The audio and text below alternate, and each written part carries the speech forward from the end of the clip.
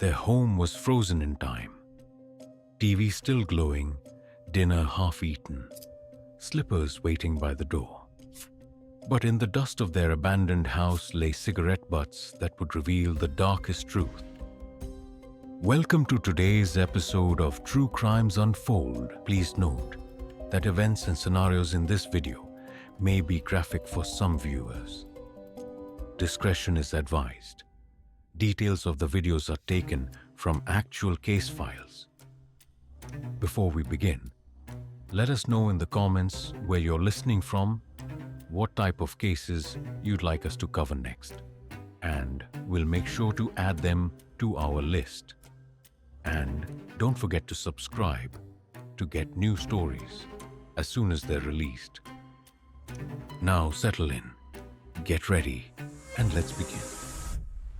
Let me tell you about something that happened in Inner Mongolia, where the coal mines eat the earth and brick factories paint the sky black with their smoke. A place of friendship. Well, friendship can be deadlier than any weapon. August 7, 2013. The South Coal Mine District of Zillenhort. The kind of place where everyone knows everyone, where secrets hide in plain sight. Wang's family stood before their front door, staring at something that shouldn't be there. A padlock. In all their years in the neighborhood, no one had ever needed locks. But what made their blood run cold wasn't the lock. It was what they could see through the window. The TV, still casting its blue glow into the empty room. A half-empty bottle of beer on the table. Chopsticks laid across a bowl as if their owner would return any moment to finish their meal. Inside, time had stopped. Go's slippers waited by his favorite chair, but his work shoes were missing. In the laundry tub, clothes still hung, frozen in their dance of drying. Everything spoke of return. Everything whispered of temporary absence. Everything lied. You see, what makes this story truly horrifying isn't just what happened to Go and Wang. It's how it happened. And more importantly, who did it. The brick factory where they worked stood like a monument to routine. Go's night shift, Wang's sales route, a perfect system, a comfortable life. But on August 5th, something changed. Go had collected money that day. 50,000 yuan. A small fortune in a working-class neighborhood. But here's where it gets interesting. Narrator leans closer to fire. The last person to see them alive? Their best friend. The kind of friend who would visit for dinner, who knew their habits, who knew Go never let anyone smoke in his car. The police would later find cigarette butts in that car. Strange, isn't it? How the smallest details can unravel the perfect crime. You know what's interesting about coal mining towns? The way strangers drift in and out like ash in the wind. Nobody questions it. Nobody looks too closely. Perfect place to disappear or to make someone disappear. August 5th dawned like any other day, except for the three men who stepped off the morning bus from Zillen. They carried work bags and wore the dusty clothes of laborers. Nothing unusual in a mining town. But the way they settled themselves, right outside Go's gate. The neighbors would later tell police something odd about these men. They played cards, these strangers. But their eyes kept drifting to the road. Watching, waiting, like spiders on the web. But here's the thing about that morning. While these men watched Go's house, Go himself was collecting money. 10,000 yuan from an old debt. Another 46,000 from a brick sale. Cash in hand. The kind of money that makes people do terrible things. At the South Coal Mine, where the earth yawns open like a hungry mouth, workers would later remember seeing these same men. One day of work, they said. Just one day, then gone, leaving nothing behind. Not even names. But they weren't the only ones watching. Two others, Wang Tani and Lin Kang, had their eyes on something too. The brick factory's money, the sales, the deliveries, every one that passed through Guo's hands. And then there was Tan, the man who owed Guo money, the man who finally paid his debt that very morning, the man whose temper was as hot as the kilns that fired the bricks. 3 o'clock that afternoon, the last time anyone saw Guo and Wang together, walking in their yard, going about their normal routine. Normal. Except for the cigarette smoke drifting over their fence. Smoke from watchers who didn't smoke. But here's what keeps me awake at night. Thinking about how Guo must have felt, surrounded by predators he couldn't see. His best friend Lei, the three strangers, Wang Tani and Lin Kang, all of them circling closer, all of them hungry. Money has a way of leaving traces, like breadcrumbs in the dark. But sometimes those traces lead to places far worse than any witch's house. Remember Lin, the man who suddenly had more money than he knew what to handle? Picture this, a small hotel room in Zillenhot, air thick with cigarette smoke and cheap liquor. Lin, drunk on both booze and newfound wealth, throwing money in the air like confetti at a funeral. But that's not the part that should chill you. It's what happened next. Every night, after the police interviews, Wang Tani and Lin would return.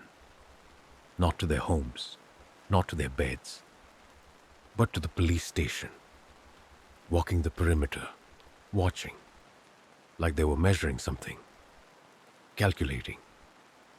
200 kilometers away, in a dusty parking lot in Bichang, Go's black Hyundai Elantra sat waiting, no license plate, just a layer of dust thick enough to tell stories.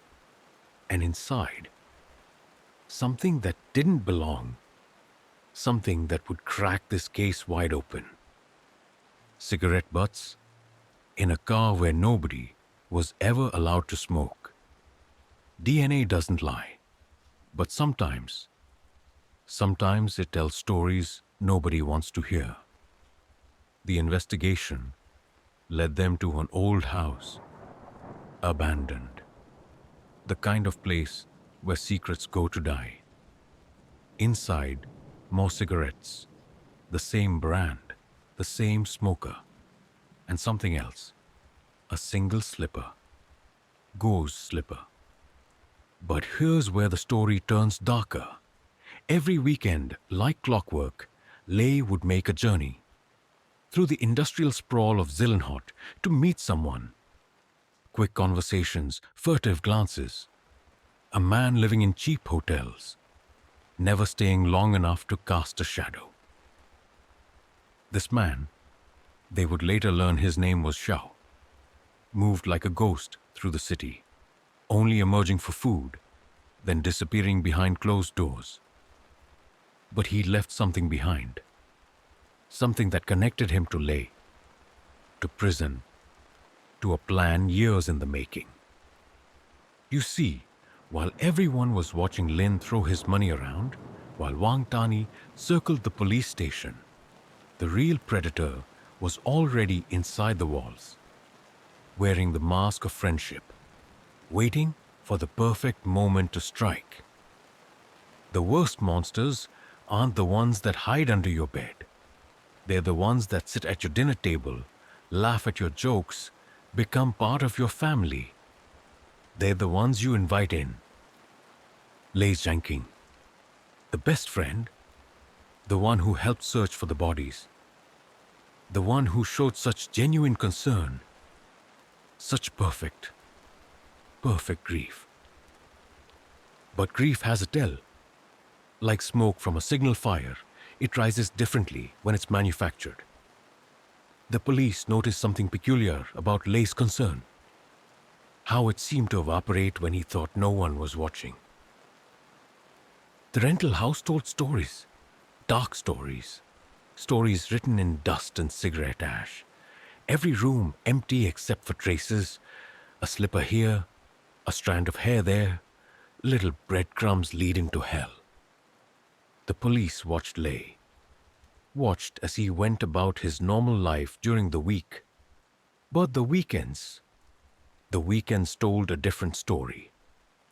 Through the maze of Zillenhot's industrial district, past the smoking chimneys and grinding machinery, to secret meetings with a shadow. This shadow had a name, Xiao, a ghost from Lay's past, from his prison days. But ghosts don't usually need hotel rooms, don't usually need to buy food, don't usually plan murders. You want to know the truly horrifying part. While the police were watching Lay was watching them, playing his part, the grieving friend, the helpful witness, all while knowing exactly where his victims lay. DNA doesn't lie. The cigarettes in Guo's car, a man who never allowed smoking, matched Lay, but they also told another story. A story of an accomplice. Someone else's DNA. Someone who shared Lay's prison past. Someone who knew how to make people disappear. But the most chilling evidence? It wasn't the DNA. It wasn't the cigarettes. It was the phone call. That last call Guo ever received. A call from a friend saying he wanted to repay an old debt. A call that led him straight into darkness. There's a saying in Chinese coal mining towns, the deepest shaft holds the darkest secrets. But sometimes the darkest secrets aren't in the mines at all. They're in the hearts of those we trust most. August 31st, 2013. The interrogation room. 2 men, former prison mates, a shared history of violence finally bubbling to the surface like toxic gas from a mine shaft. The confession, when it came, was as cold as the industrial steel that surrounded them. Lay and Xiao, reunited after prison, plotting in the shadows of the brick factory, not for revenge, not for passion, just money. The plan was simple, beautiful in its cruelty. Lay called his best friend, offered to repay an old debt. Guo, trusting, walked right into that abandoned house. His friend is waiting. His friend's prison mate is waiting. His own slippers by the door. But here's the part that haunts me most. When they realized Wang might know where her husband had gone, they used that same trust, that same friendship, told her Guo was drunk, needed her help. She didn't even turn off the TV before leaving. The police found them in a ditch near the river. Industrial nylon bags, the kind used to transport bricks. A worker's solution to a killer's problem. But they found something else too. Evidence of things done to Wang that I won't speak of tonight. The courts called it premeditated, called it cruel, but they missed the true horror. How Lay helped search for them, attended their memorial, shared meals with their grieving families, all while knowing exactly where they lay. April 13th, 2015. The Zillenhot Intermediate People's Court. 2 death sentences. But you know what's truly terrifying? Not the punishment, not even the crime. It's how many meals they shared, how many laughs, how many moments of friendship before Lay decided that money was worth more than all of it. So next time you're sharing a meal with an old friend, next time you're counting on someone's loyalty, Remember, Lay and Guo. Remember how the deepest betrayals don't come from enemies. They come from those who know exactly how to smile while they're planning your death.